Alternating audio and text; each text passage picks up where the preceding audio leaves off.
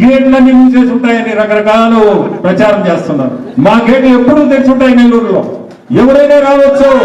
ఎటువంటి ఇబ్బంది ఉన్నా మీరు వచ్చి, ఏ సమస్య ఉన్నా మీరు తప్పకుండా వచ్చి నన్ను డైరెక్ట్ గా అడగొచ్చు.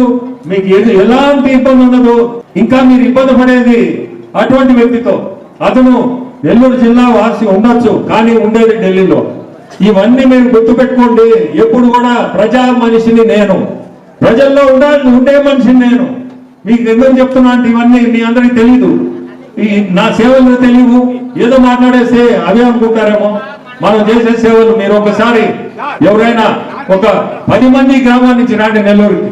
నా స్కూల్ చూపిస్తాను, నేను చేసే కార్యక్రమాలన్నీ కూడా చూపిస్తాను. ఒక టీవీ లాగా రాండి, నన్ను తెలుసుకుంటారు ఏంది విపిఆర్ అంటే. సో ఇవన్నీ మీరు ఎందుకు చెప్పాల్సి వస్తుందంటే మీకు తెలియాలని, మీ ముందు ఎటువంటి అభ్యర్థి ఉన్నాడో మీరు తెలుసుకోవాలనే చెప్పడం.